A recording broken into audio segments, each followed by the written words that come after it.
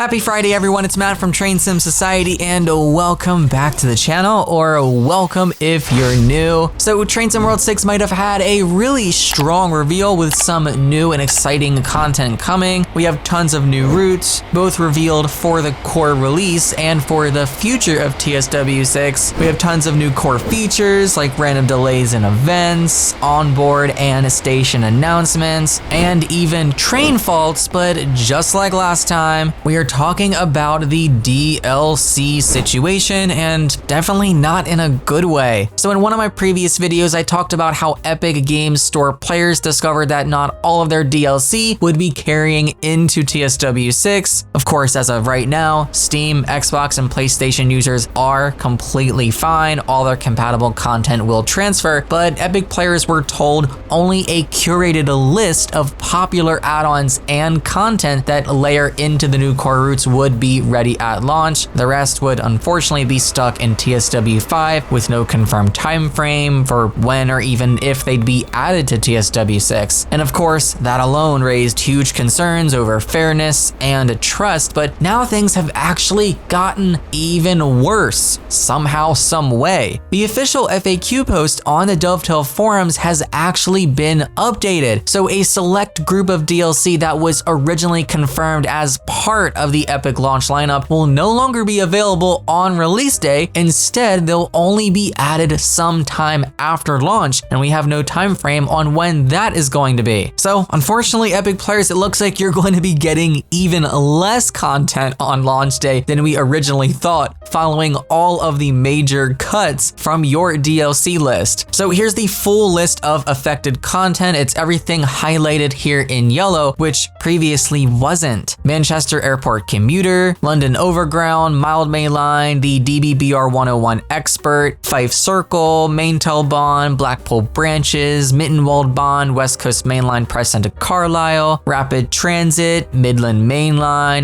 Nittertal Bond, the RHTT Pack, the standard DBBR101, Birmingham Cross City, Harlem Line, Salzburg to Rosenheim, and Bernina Line. All of these were shown as a carryover in the original FAQ table, but now have been marked as delayed. What really stings here is just the timing of all of this. Launch day is supposed to be the moment everyone gets to jump in and, get excited about new features. And with random events and delays, we know that it's going to carry over into compatible content. But unfortunately, if you're on Epic, you're going to be walking into TSW6 with an even smaller library than before. What's really upsetting here is that no one has actually been given a straight explanation. We've been told these will come post-launch, but there's no clear reason why they're being held back. Is this an Epic Games limitation, a technical problem with how DLC is handled, or is it the byproduct of Dovetail's yearly re-release model, which keeps multiplying and multiplying the complexity every time a new game comes out? Right now, there is no clarity, and that definitely leaves Epic players completely in the dark.